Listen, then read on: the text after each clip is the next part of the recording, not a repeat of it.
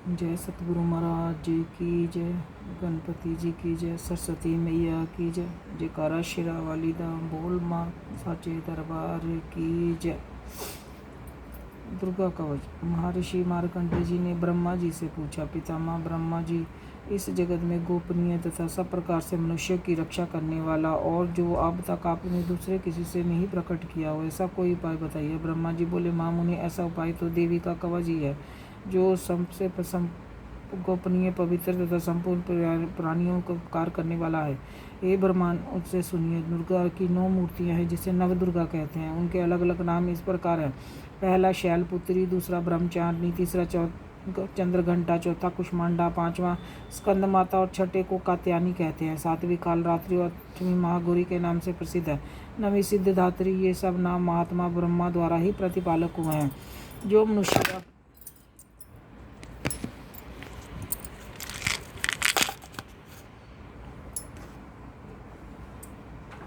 अग्नि में जल रहा हो, रणभूमि में शत्रु से घिर गया हो और विषय संकट में फंस गया हो तथा इस प्रकार भय से आतुर होकर भगवती दुर्गा की शरण में आया हो, उसका कभी कोई भी अशुभ नहीं होता। युद्ध के समय संकट पड़ने पर उसके पर कोई आपत्ति दिखाई नहीं देती, उसे शोक, दुख और भय नहीं होते। जिन्होंने भक्ति पूर्वक देवी का चिंतन किया, उसका निश्चय ही उत्थान होता है। हे देवेश्वरी, जो तुम्हारा स्मरण करते हैं, उनकी तुम निस्संदेह रक्षा करती हो। चामुंडा देवी प्रेत पर चढ़ी है, बढ़ाई का बांध बैसा है, अंदराई का बांध हाथी है। वैष्णवी देवी गरुड़ के आसन पर है। महेश्वरी वृषभ के अरुण, कुमारी मोर का वाहन मोर है। लक्ष्मी देवी कमल के आसन पर स्थित है और हाथों में कमल लिए हुए है। वृषभ पर आसीन ईश्वरी देवी श्वेत रूप धारण कर रखा है।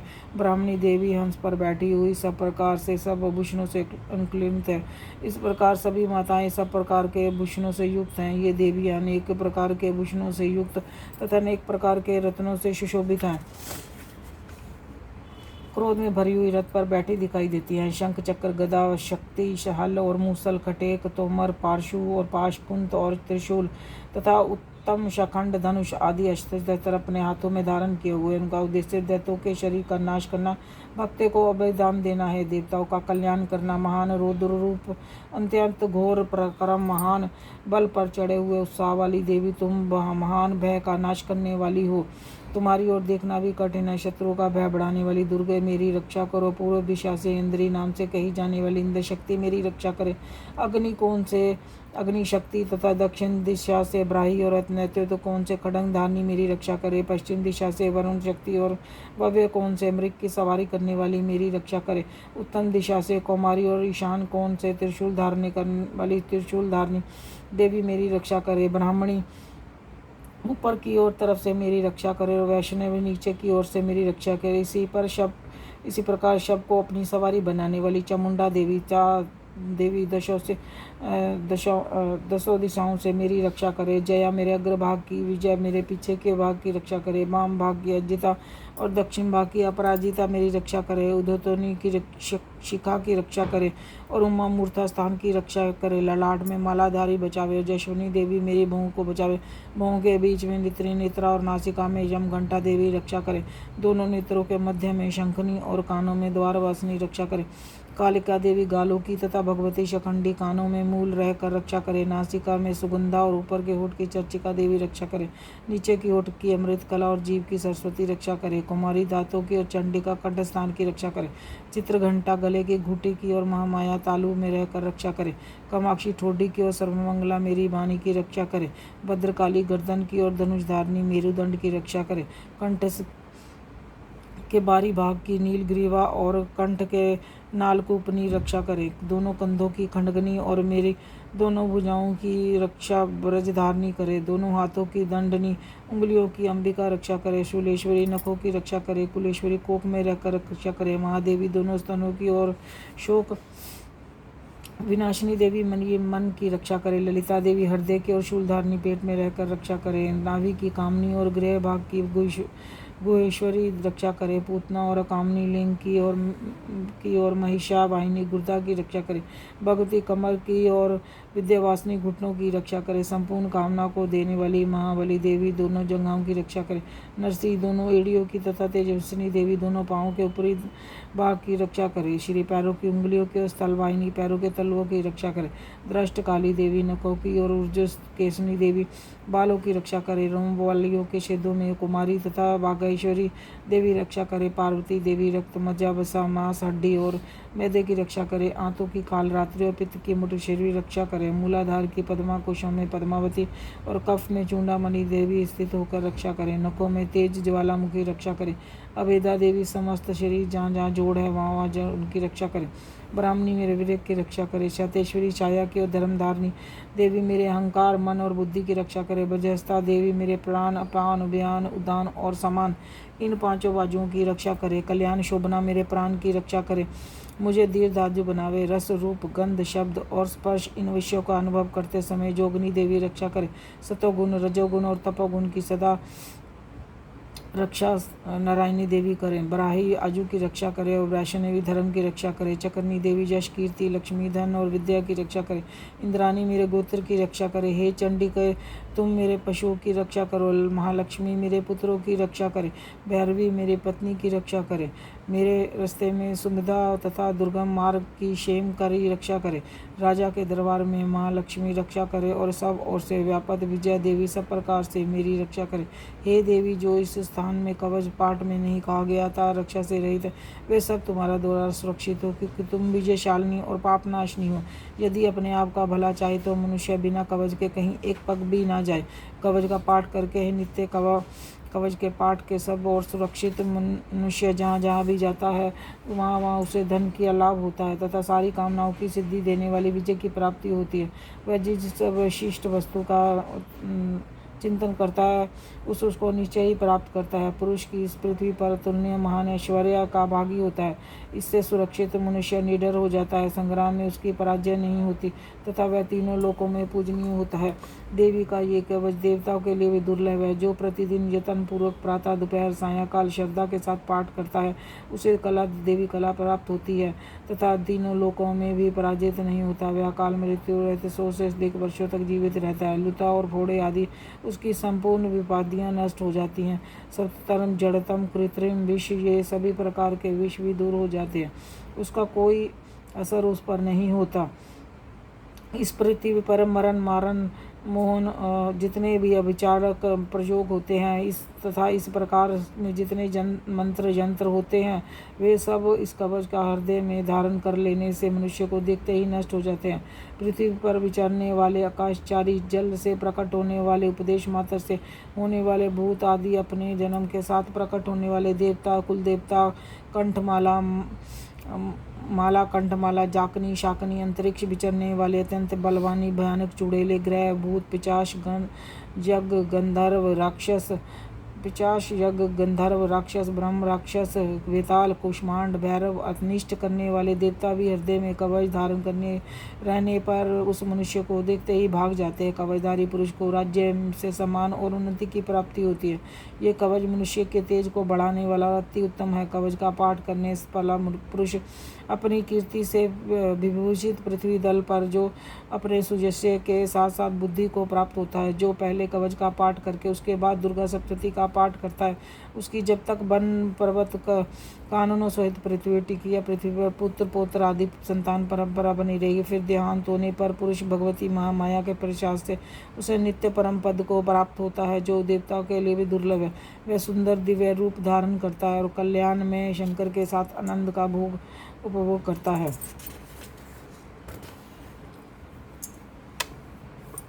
शिरावलीदा बोल साचे दरबार की जय। अगर कला स्त्रोत मार्कंडे जी कहते हैं जयंती मंगला काली काली भद्रकाली कपालिनी दुर्गा क्षमा शिवा धात्री स्वाहा और सौदा इन पांचों प्रसिद्ध जगदम्बिके तुम्हें नमस्कार है। देवी चामुंडे तुम्हारी जय हो। संपूर्ण प्राणियों की पीड़ा हरने वाली देवी तुम्हारी जय हो। सबसे व्यापक रहने वाली तुम्हारी जय हो। हे काल रात्रि तुम्हें नमस्कार है। मधु और कैटभ का हनन करने वाली, ब्रह्मा जी को वरदान देने वाली देवी तुम्हें नमस्कार है। तुम मुझे रूप दो, जय दो, जश दो, मेरे शत्रुओं का नाश करो। महिषासुर का वध करने वाली तथा भक्तों को सुख देने वाली तुम्हें नमस्कार है। तुम रूप दो, जय दो, जश दो, मेरे शत्रुओं का नाश करो। रक्त बीज का वध और चंड मुंड का नाश करने वाली देवी तुम रूप दो, जय दो, जश दो और मेरे शत्रुओं का संहार करो। शुभ और निशुभ को तथा ध्रुव मोक्ष का नाश करने वाली देवी तुम रूप दो, जय दो, जश दो और शत्रुओं का नाश करो। सबसे द्वारा पूजित चरणों वाली तथा परम सौभाग्य प्रदान करने वाली देवी रूप दो, जय दो, जश दो, शत्रुओं का नाश करो। पापों को दूर करने वाली चंडिके, हे भक्तिपूर्वक तुम्हारे चरणों में मस्तक झुकाते हैं, उन्हें सर्वदा रूप दो, जय दो, जश दो, शत्रुओं का नाश करो। रोगों का नाश करने वाली चंडिके, जो सब श्रद्धापूर्वक तुम्हारी स्तुति करते हैं, उन्हें रूप दो, जय दो, जश दो, उनके शत्रुओं का नाश करो। चंडिके, इस संसार में जो भक्तिपूर्वक तुम्हारी आराधना करते हैं, उन्हें रूप दो, जय दो, जश दो, उनके शत्रुओं का नाश करो। मुझे सौभाग्य व आरोग्य परम पर सुख दो, रूप दो, जय दो, जस दो और मेरे शत्रुओं का नाश करो। जो मुझसे द्वेष रखते हैं उनका नाश और मेरे बल की वृद्धि करो। रूप दो, जय दो, जस दो और मेरे शत्रुओं का नाश करो। हे देवी कल्याण करो, मुझे उत्तम धन संपत्ति दो। रूप दो, जय दो, जस दो और शत्रुओं का नाश करो। हे अंबिके, देवता और असुर दोनों ही अपने माथे के मुकुट की मणियों को तुम्हारे चरणों में घिसते तथा तुम्हारे चरणों में शीश झुकाते। हे देवी रूप दो, जय दो, जस दो और मेरे शत्रुओं का नाश करो। अपने भक्त का विद्यमान, जशवनी और लक्ष्मीमान बनाओ।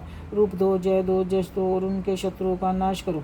प्रचंड दैत्यों का घमंड चूरित करने वाली चंडिके, मुझे शरणागत को रूप दो, जय दो, जस दो, शत्रुओं का नाश करो। हे चतुरानंद, ब्रह्मा जी के द्वारा बंधित चार भुजाओं वाली परमेश्वरी, रूप दो, जय दो, जश दो और शत्रुओं का नाश करो। हे देवी अंबिके, भगवान कृष्ण द्वारा नित्य निरंतर भक्ति पूर्वक तुम्हारी स्तुति की गई है। तुम रूप दो, जय दो, जश दो और शत्रुओं का नाश करो। हिमाचल कन्या पार्वती पति महादेव जी द्वारा बंधित परमेश्वरी, रूप दो, जय दो, जश दो, शत्रुओं का नाश करो। इंद्र के द्वारा सद्भाव से पूजित परमेश्वरी, रूप दो, जय दो, जश दो, शत्रुओं का नाश करो। प्रचंड भुजंदों वाले दैत्यों का घमंड चूर करने वाली देवी, रूप दो, जय दो, जश दो और शत्रुओं का नाश करो। देवी अंबिके, तुम निरंतर भक्ति करने वाले भक्तजनों को आनंद प्रदान करती हो। मुझे रूप दो, जय दो, जश दो और मेरे शत्रुओं का नाश करो। मन की इच्छा के अनुसार चलने वाली, दुर्गम संसार से तारने वाली, उत्तम कुल में उत्पन्न हुई मनोरमा पत्नी मेरे बेटेपन को प्रदान करो। जो मनुष्य इस स्तोत्र का पाठ करके सप्तशती का पाठ करता है, वह सप्तशती की जप संख्या से मिलने वाले श्रेष्ठ फल को प्राप्त कर लेता है। जयकारा शिरवालीदा बोल साचे दरबार की जय। अग्रकल्पता स्तोत्र समाप्त। अथ कीलम स्तोत्र। मार्कंडे जी बोले, शुद्ध ज्ञान ही जिनका शरीर है तथा तीनों वेदों में दीन दिव्य चक्षु हैं, जो सुख प्राप्ति के हेतु अपने मस्तक पर अर्धचंद्र का मुकुट धारण करते हैं, उस भगवान शिव को नमस्कार है। मंत्रों का जो अभिकीलम है, अर्थात मंत्रों की सिद्धि के विघ्न बाधा उपस्थित करने वाले शाप रूपी कीलम को जो निवारण करने वाला है, उस स्तोत्र को संपूर्ण रूप से जानना व समझना चाहिए। यद्यपि इसके अतिरिक्त अन्य मंत्रों के जप में भी सतत लगा रहता है, वही कल्याण का भागी है। उसके भी उच्चाटन आदि कर्म सिद्ध हो सकते हैं तथा समस्त दुर्लभ पदार्थों की वस्तुओं की प्राप्ति होती है। तथापि जो केवल इस स्तोत्र से ही देवी की स्तुति करते हैं, उनकी स्तुति मात्र से देवी सिद्ध हो जाती है। उन्हें अपनी कार्य सिद्धि के लिए मंत्र, औषधि, अन्य किसी साधन प्रयोजन की आवश्यकता नहीं रहती। बिना जप के ही उसके उच्चाटन आदि समस्त अभिचारक कर्म सिद्ध हो जाते हैं। शिवजी ने लोगों को सौरभ सिद्धियां बिना परिश्रम किए प्राप्त किए जाने पर शंका से इस सब को कील दिया है। लोगों की इस शंका को सामने करके भगवान को चंडिका के स्तोत्र से गुप्त कर दिया है। इससे पाठ के से अक्षय पुण्य की प्राप्ति होती है।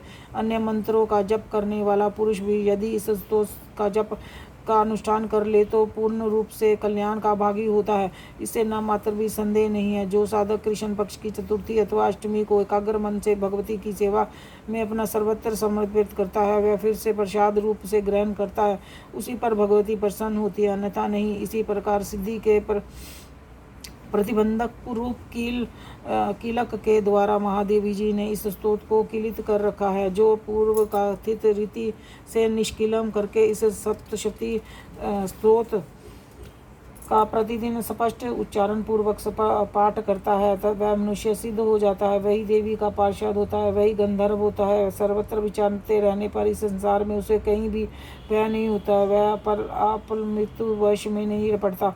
शरीर त्यागने पर मोक्ष का पद प्राप्त कर लेता है। अतः कीलम का जानकर उसका परिहार करके इस सप्तशती का पाठ आरंभ करना चाहिए। जो ऐसा नहीं करता उसका नाम हो जाता है। इसीलिए कीलम और निष्कीलम का ज्ञान प्राप्त करने पर स्तोत्र निर्दोष हो जाता है, और विद्वान पुरुष भी निर्दोष स्तोत्र का ही पाठ आरंभ करते हैं। स्त्रियों में जो कुछ भी सौभाग्य आदि दृष्टिगोचर होता है, वे सब देवी के प्रसाद के फल है।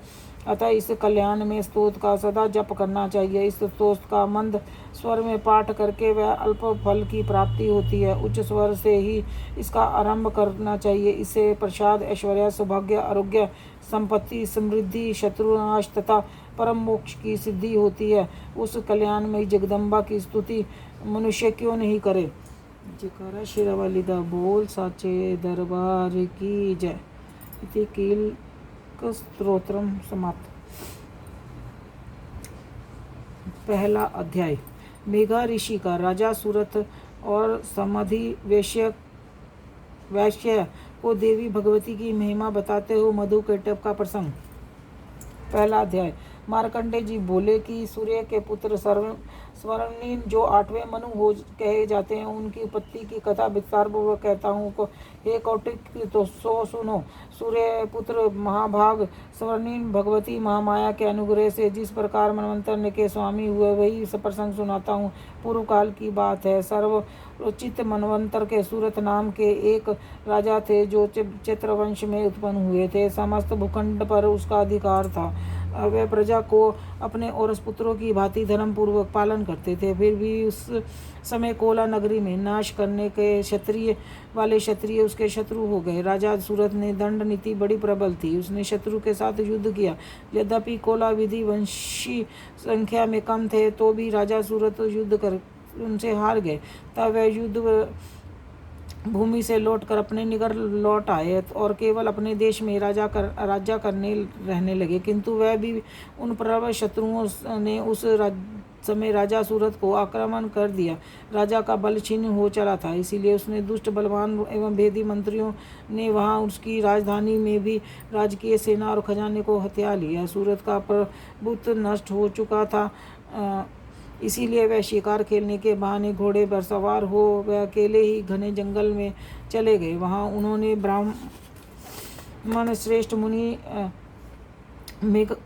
मेघा मुनि का आश्रम देखा। उस आश्रम में अनेकों हिंसक जीव परम शांत भाव से रहते थे। मुनि ने बहुत से शिष्य उस वन की शोभा बढ़ा रहे थे। वहां जाने पर मुनि ने उनका आदर सत्कार किया।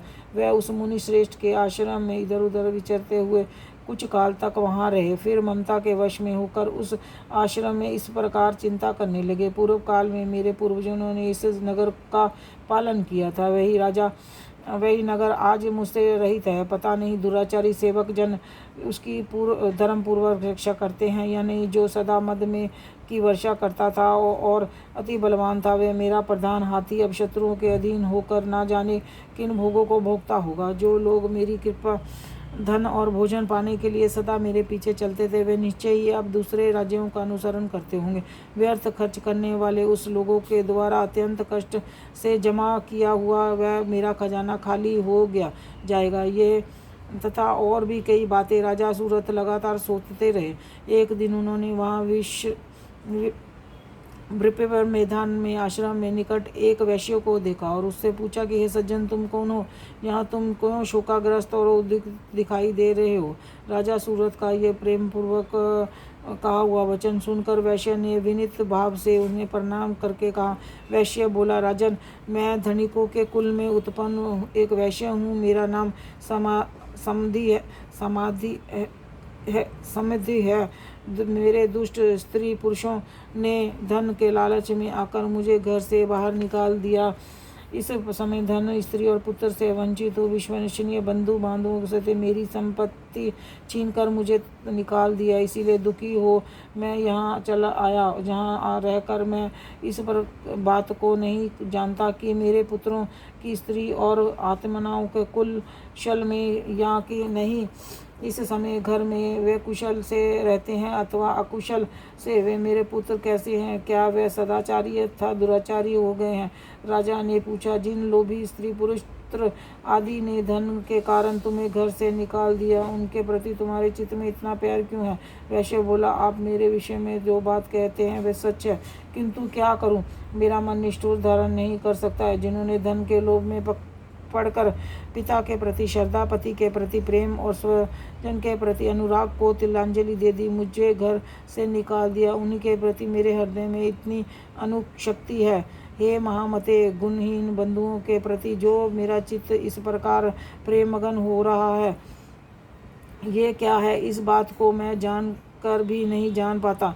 इसके लिए मेरी लंबी सांसें ले रहा है और मेरा मन अत्यंत दुखित हो रहा है। उन लोगों में प्रेम का सर्वथा भाव है जो भी उसके प्रति जो मेरा मन निष्ठुर नहीं हो पाता। इसके लिए क्या करूं? मार्कंडे जी बोले, महाब्राह्मण दंततर राजाओं में श्रेष्ठ सूरत और वे समादित्य नामक वैश्य दोनों साथ साथ मुनि की सेवा में उपस्थित हुए और उनके साथ यथा योग्य न्यायकुल विनय पूर्व बर्ताव करके बैठ गए। उसके बाद वैश्य और राजा ने कुछ वार्तालाप आरंभ किया। राजा ने कहा, भगवान, मैं आपसे एक बात पूछना चाहता हूँ, कृपा करके बताइए। मेरा चित्त अपने वश में नहीं है, इसीलिए ये बात मेरे मन को बहुत दुख देती है। मुनि श्रेष्ठ, जो राज्य मेरे हाथ से चला गया है उसके संपूर्ण विभागों से मेरी ममता ही रही है, यह जानते हुए भी अब मेरा नहीं है। अज्ञानी की भांति मुझे उसके लिए दुख होता है। इसका क्या कारण है? इधर मैं वैश्य भी इस भी घर में अपमानित होकर आया है। उसके पुत्र, स्त्री और नौकरों ने इसको छोड़ दिया है। आत्मनीय जनों ने इसका परित्याग कर दिया है, तो भी इसके हृदय में उनके प्रति अत्यंत स्नेह है। इस प्रकार यह तथा मैं दोनों ही बहुत दुखी हैं, जिसमें प्रत्यक्ष दोष देखा गया है। इस विषय के लिए हमारे मन में ममता के कारण आकर्षण पैदा हो रहा है। हे महाभाग, हम दोनों समझदार हैं, तो भी हमसे जो मोह पैदा हुआ है ये क्या है? विवेक शून्य पुरुष की भांति मुझसे और इसके भी मूढ़ता स्पष्ट दिखाई देती है। ऋषि बोले, महाभाग, सब जीवों को विषय गोचर होने पर ज्ञान का और महाभाग विषय भी सबके लिए अलग अलग है। कुछ प्राणी दिन में नहीं देखते तथा कुछ जीव ऐसे हैं जो दिन और रात दोनों में बराबर देखते हैं। ये ठीक है कि मनुष्य समझदार होते हैं, किंतु केवल वे भी नहीं होते। पशु पक्षी आदि भी सभी प्राणियों की बुद्धि होती है। मनुष्यों का ज्ञान भी वैसा ही होता है जैसा मृगों और पक्षियों का होता है, जैसा मनुष्य का होता है वैसा ही मृग और पक्षी आदि का होता है। तो ये तथा अन्य बातें भी प्रायः दोनों में समान है। समझ होने पर भी पशुओं को तो देखो, वे स्वयं भूख से पीड़ित होते हुए वे मुवंश बच्चों की चोंच में कितने चाव से अन्न के दाने डाल दे रहे हैं। पुरुष श्रेष्ठ, क्या तुम देखते नहीं कि मनुष्य समझदार होते हुए लोभवंश अपने किए हुए उपकार का बदला पाने के लिए पुत्रों की कामना करते हुए, यद्यपि उस समय से समझ की कमी नहीं है, तथापि संसार में स्थिति बनाए रखने के लिए भगवती महामाया के प्रभाव द्वारा ममता में भवन में युक्त हो मोह के गड्ढे में गिराए जाते हैं। इसीलिए इससे आश्चर्य की नहीं करना चाहिए। जगदीश्वर भगवान विष्णु की योग निद्रा जो भगवती महामाया है, उन्हीं द्वारा यह जगत मोहित हो रहा है। वे भगवती महामाया देवी अज्ञानियों के चित्त में और बलपूर्वक खींच कर मोहग्रस्त कर देती है। वे ही इस सारे जराचर जगत की सृष्टि करती है तथा वे ही प्रसन्न होने पर मनुष्यों को मुक्ति के लिए वरदान देती है। वे ही पर विद्या, संसार बंधन और मोक्ष को कारणभूता सनातनी देवी संपूर्ण ईश्वरों की भी अधिवेश्वरी है। राजा ने पूछा, भगवान जिन्हें आप महामाया कहते हैं वे देवी कौन है? ब्राह्मण, उसी की उत्पत्ति कैसे हुई तथा उसके कार्य कौन कौन से हैं? ब्रह्म देवता, उनके श्रेष्ठ महर्षि, उन देवी का जैसा प्रभाव हो, जैसा स्वरूप हो, जिस प्रकार प्रादुर्भाव हुआ, वह सब मैं आपसे मुख से सुनना चाहता हूँ। ऋषि ने कहा, राजन, वास्तव में तो देवी नित्य स्वरूपा ही है, संपूर्ण विश्व उन्हीं का रूप है तथा उन्होंने समस्त जगत को व्याप्त कर रखा है। तदपि उनका अभिव्यवहार अनेक प्रकार से होता है, वह मुझसे सुनो। यद्यपि वह नित्य ही अजन्मा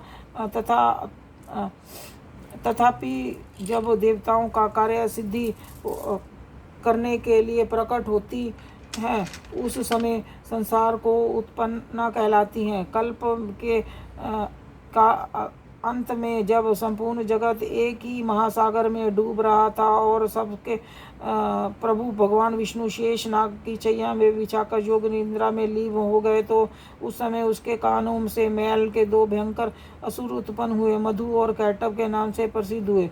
वे दोनों ब्रह्मा जी का वध करने के लिए उद्यत हो गए। ब्रह्मा भगवान विष्णु के नाभि कमल में विराजमान प्रजापति ब्रह्मा ने जब उन दोनों भयानक असुरों को अपने आप से पास मारने के लिए आता देखा और भगवान को सोया हुआ देखा, तो एकाग्रचित्त होकर उन्होंने भगवान विष्णु को जगाने के लिए नेत्रों में निवास करने वाली योग निद्रा की स्तुति आरंभ की, जो इस विश्व की स्वामिनी, जगत से धारण करने वाली, संसार का भरण पोषण और संहार करने वाली तथा तेज स्वरूप भगवान विष्णु की अनुपम शक्ति है। उन्हीं भगवती निद्रा देवी की भगवान ब्रह्मा स्तुति करने लगे। ब्रह्मा जी ने कहा, देवी तुम्हारी तुम्ही शब्दा और तुम्ही वष्ट्कार हो, स्वयंवर भी तुम्हारे ही स्वरूप है। तुम्ही प्राणदायिनी सुधा हो, नित्य अक्षर प्रणम के अंकार उपकार मंकार, इन 5 मात्राओं में रूप में तुम्ही स्थित हो तथा इन 3 मात्राओं के अतिरिक्त जो बिंदु रूपा नित्य अर्ध मात्रा है, जिसका विशेष रूप से उच्चारण नहीं किया जा सकता, वे भी तुम ही हो। इस प्रकार तुम ओम रूप हो। देवी तुम्ही संध्या सवित्री परम जननी हो। देवी तुम्ही सकल ब्रह्मांड को धारण करती हो। तुमसे ही इस जगत की सृष्टि होती है, तुम्ही से इसका लालन पालन होता है। सदा तुम्ही कल्प के अंत में सबको अपना ग्रास बना लेती हो। जगमयी जग देवी इस जगत की उत्पत्ति के समय तुम्हें सृष्टि रूपा को, पालन काल और स्थिति रूपा को भी कल्पांत के समय सहार रूपा हो। तुम महाविद्या, महामाया, महामेघा, महास्मृति, महामोमा रूपा महादेवी और महाअसुरी हो। तुम्ही तीनों गुणों सत्व रज तप और उत्पन्न करने वाली सबकी प्रकृति हो। भयंकर काल रात्रि महारात्रि और तुम्ही बोध स्वरूपा बुद्धि हो। लज्जा शांति और क्षमा पुष्टि तुष्टि भी तुम्ही हो। तुम शूल धारणी घोर रूपा खंडक धारणी तथा गदा शंख चक्र और धनुष वान आदि धारण करने वाली हो। बाण भशुंडी और परिधान ये भी तुम्हारे अस्त्र हैं। तुम सौम्या और सौमांतर हो। इतना ही नहीं, जितने भी सौम्य एवं सुंदर पदार्थ हैं, उन सब की अपेक्षा तुम अधिक सुंदरी हो। पर और अपर सबसे परे रहने वाली परमेश्वरी शक्ति तुम ही हो। अक्षयमते देवी, कहीं भी सत्य असत्य रूप से कुछ वस्तुएं, उन सब की जो कुछ शक्ति वह तुम ही हो। ऐसी अवस्था में तुम्हारी स्तुति क्या हो सकती है? जो इस जगत की सृष्टि पालन और संहार करते हैं, उस भगवान को भी जब तुमने निंद्रा के अधीन कर दिया है, तो तुम्हारी स्तुति करने के लिए ये कौन समर्थ हो सकता है? मुझको, भगवान शंकर को तथा भगवान विष्णु को भी तुमने शरीर धारण कराया है, अतः तुम्हारी स्तुति करने की शक्ति किसमें है? देवी, तुम तो अपने इस उदार प्रभावों से ही विशेष तुल्य हो। ये जो दोनों असुर मधु और कैटव हैं, इनको मुंह में डाल दो और जगदीश्वर भगवान विष्णु की शीघ्र जगा दो। साथ ही इसके भीतर इन दोनों महान असुरों को मार डालने की बुद्धि उत्पन्न उत्पन्न कर दो। ऋषि बोले कि हे राजन, जब ब्रह्मा जी ने वहाँ मधु और कैटव को मारने के लिए उद्देश्य से भगवान विष्णु को जगाने के लिए तमोगुण और आद्यदात्री देवी जोग निद्रा की इस प्रकार स्तुति की, तब भगवान नेत्र, नासिका, बहु, हृदय और वक्षस्थल से निकलकर अप्रकट जन्म वाले ब्रह्मा जी की दृष्टि के समक्ष खड़ी हो गई।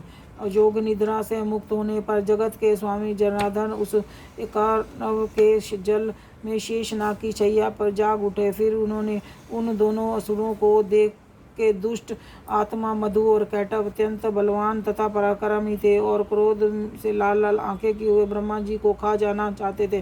तब भगवान श्री हरि ने उठकर उन दोनों के साथ 5000 वर्षों तक केवल बहु युद्ध किया।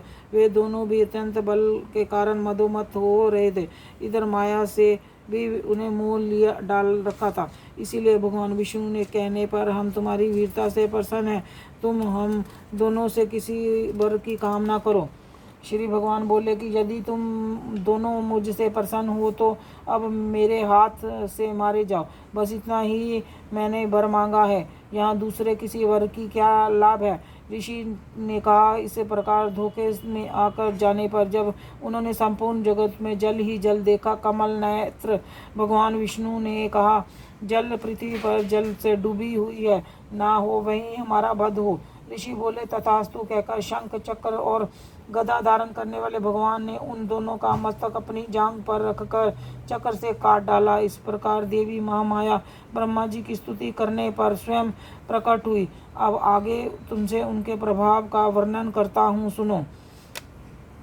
पहला अध्याय समाप्त। जयकारा शेरा वाली दा बोल साचे दरबार की जय। जगदियां जोतां वाली माता रानी तुहाडी सदाई जय। भुला चुका माफ करने वाली माता रानी तुहाडी सदाई।